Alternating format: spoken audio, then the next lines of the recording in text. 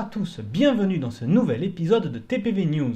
La saison du festival Pirates et Princesses est maintenant terminée depuis plus d'une semaine. Les massifs de fleurs bleues et argent ainsi que les animations du 25e anniversaire sont revenus devant le château. Le cours des choses reprend donc son rythme jusqu'en octobre où Halloween prendra le relais avec, on le sait déjà, quelques nouveautés en rapport avec Phantom Manor et les 90 ans de Mickey, mais nous en reparlerons. L'été sera donc plus calme au Disneyland Park. On ne peut pas en dire autant au Walt Disney Studios qui, après 2 ans de saison de la Force en hiver, vont enfin accueillir une nouvelle saison entre le 10 juin et le 30 septembre.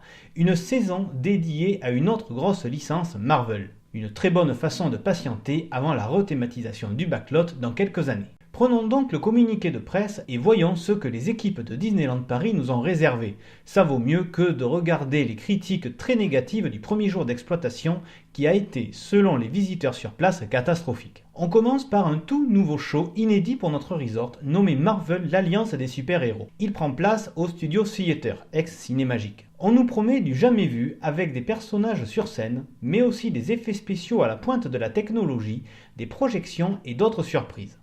Toujours d'après le communiqué de presse, voici l'histoire. Thanos a trouvé un moyen de manipuler les Avengers et leurs associés afin de les détruire. Les héros arriveront-ils à s'en sortir? Vous le découvrirez dans ce spectacle à l'histoire pleine de péripéties qui va vous tenir en haleine. Il est difficile de résumer ce show, mais au vu de certaines images publiées et des premières représentations, ce sera le spectacle de cette saison, une fois que tous les soucis techniques auront été réglés. Pour la suite, on ne sait pas.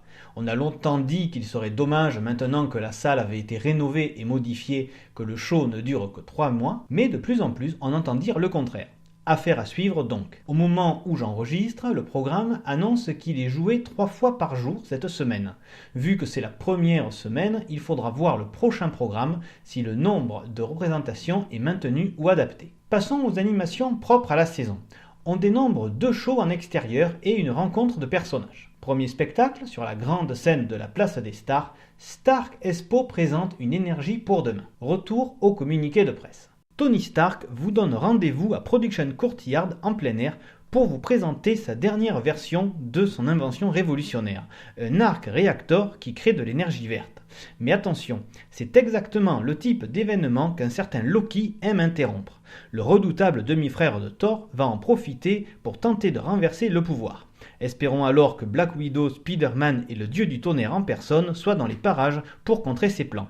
Rendez-vous plusieurs fois par jour au pied du Hollywood Tower Hotel pour assister à ce spectacle inédit où le second degré et l'action régneront. Que dire de plus? La langue peut-être. Comme on pouvait s'y attendre, et comme c'était déjà le cas lors de la saison de la Force, il va y avoir une alternance. Le premier show sera en français, le second en anglais, et ainsi de suite. Second spectacle sur une scène plus petite et surtout de plan-pied, vous allez comprendre pourquoi, nommé Danse avec les gardiens de la galaxie. Comme le nom de ce spectacle l'indique, vous allez littéralement pouvoir danser avec les gardiens de la galaxie.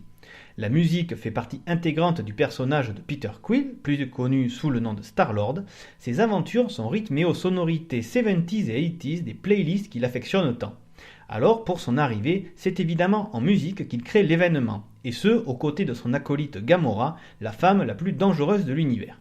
Attention, ils vont rapidement se retrouver en péril et vous confier une mission. C'est là que vous intervenez. Alors, venez prêter main forte aux gardiens de la galaxie, ils auront besoin de vous pour se sauver et promettent de vous faire danser. Danse avec les gardiens de la galaxie vous donnera rendez-vous plusieurs fois par jour à Production Courtyard et s'annonce complètement déjanté. Pour info, un show comparable est proposé en Californie.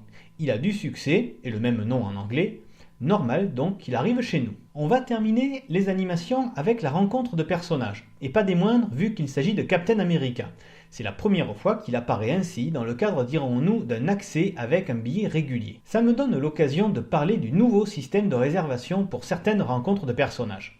Alors ne nous affolons pas, sous ce terme de réservation se cache en fait un système de file d'attente virtuelle assez intéressant. Via l'application Lineberty, que vous aurez téléchargée au préalable, vous indiquerez le personnage que vous souhaitez rencontrer et l'appli vous donnera en temps réel votre attente. Quand c'est votre tour, vous êtes averti, présentez-vous alors à la rencontre et le tour est joué. Vous ne doublez personne vu que tout le monde doit réserver sa place. Mais au moins, vous pouvez faire autre chose que la queue. J'ajoute que de grandes statues à l'effigie des héros Marvel ont été disposées sur la place des stars. À vous donc selfies et autres photos. Espérons juste qu'elle ne gâche pas trop la vision des shows, ni qu'elle soit escaladée. On va terminer avec un autre domaine très important, la nourriture. En effet, que serait une saison à Disneyland Paris sans des douceurs thématiques ?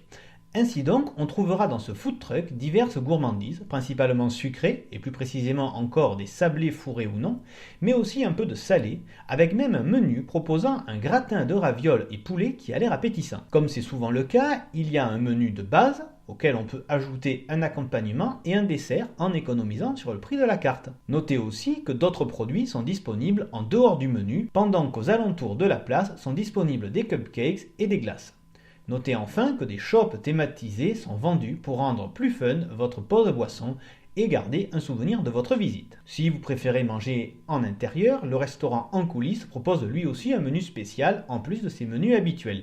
Il est donc plus cher, comme tout menu 4 qui se respecte, mais pour ce prix, on a des plats qu'on ne trouve pas ailleurs. Voilà pour ce tour d'horizon. Comme vous le voyez, les équipes de Disneyland Paris ont mis le paquet tant en termes de show que d'immersion et de gastronomie. C'est bien, c'est très bien.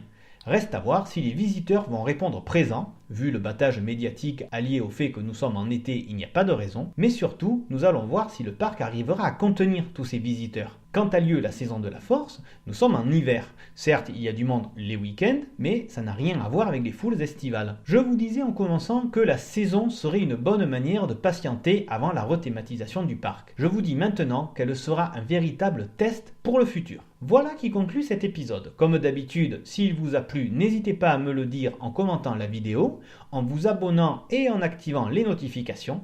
Vous pouvez aussi suivre les différents comptes sociaux de Theme Parks Voyage pour être informé des nouvelles des différents parcs de loisirs et y laisser des messages. Merci pour votre écoute et à très bientôt.